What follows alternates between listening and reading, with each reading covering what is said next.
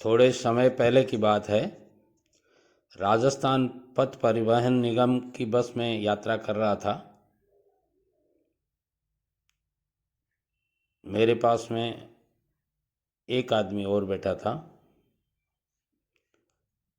Seat तीन तीन सीटों वाली सीट पे मैं बैठा था, कॉर्नर की सीट पे।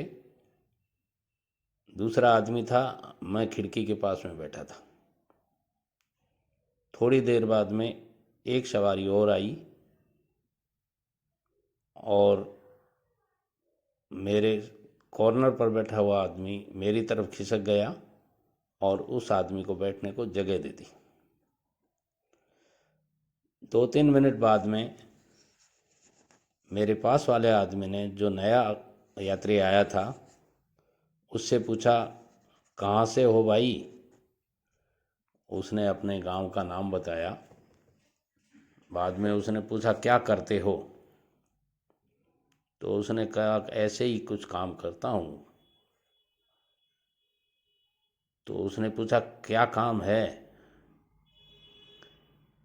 बोले, काम तो वैसे ही है, वो शक पका गया कुछ।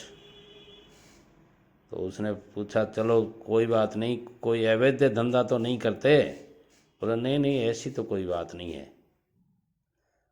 तो उस यात्री ने बात को मोड़ देते हुए पूछा, कितने बच्चे हैं? तो उसने कहा, 3 बच्चे हैं, 2 लड़के 1 लड़की। क्या कर रहे हैं?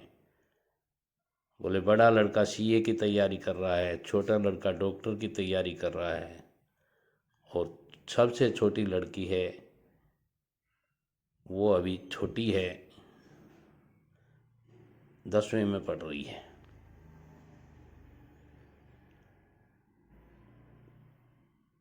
तो जो पहले पूछ रहा था उसने कहा, बच्चे तो अच्छी क्लासों, अच्छी शिक्षा ले रहे हैं,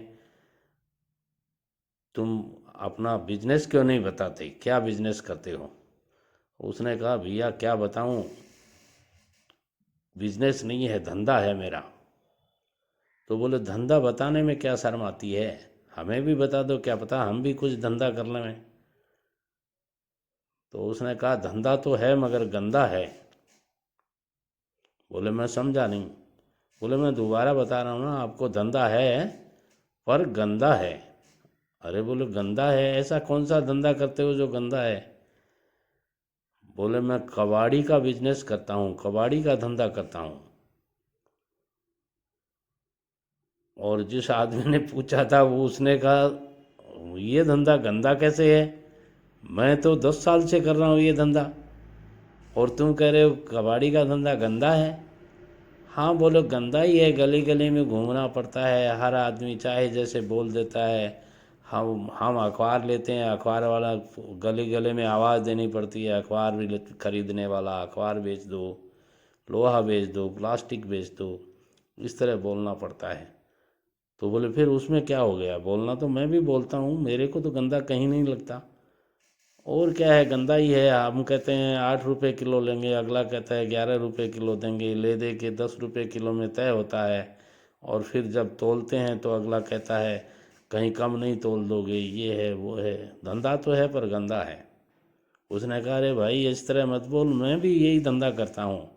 और मैं, ये ज़रूर है कि तेरे बच्चे इतने अच्छी स्कूल्स में, कॉलेजेस में पढ़ रहे हैं, मेरे बच्चे इतने नहीं पढ़ रहे, मगर फिर भी मेरे को धंधा कहीं गंदा नहीं लगता। उन दोनों की बात को थोड़ा विराम देने के लिए मैंने बीच में थोड़ा हस्तक्षेप किया। मैंने कहा, भैया कबाड़ी का व्यापार करते हो? बोले, हाँ साहब। तो मैंने कहा, बेटे ऐसा है, कोई भी धंधा गंदा नहीं होता है, गंदे अपने विचार होते हैं। आप जिस धंधे से कमा के खा रहे हो, आपके लड़के अच्छी कॉलेजेस में पढ़ रहे हैं, अच्छी डिग्रियां लेने की तैयारी कर रहे हैं, उस धंधे को आप गंदा कैसे बता रहे हो? आपके करने में कहीं गड़बड़ है। बोला, नहीं साहब, चाहे जो आदमी कहता है यार कबाड़ी है, कबाड़ी है, कबाड़ी है।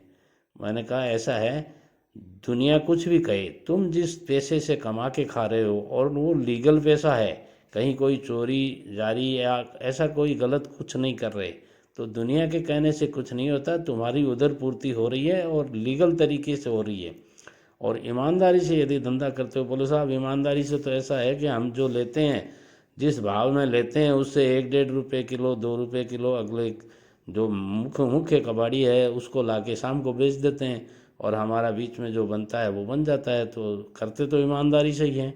तो फिर मैंने कहा बेटे, किसी भी धंधे को गंदा मत बताओ।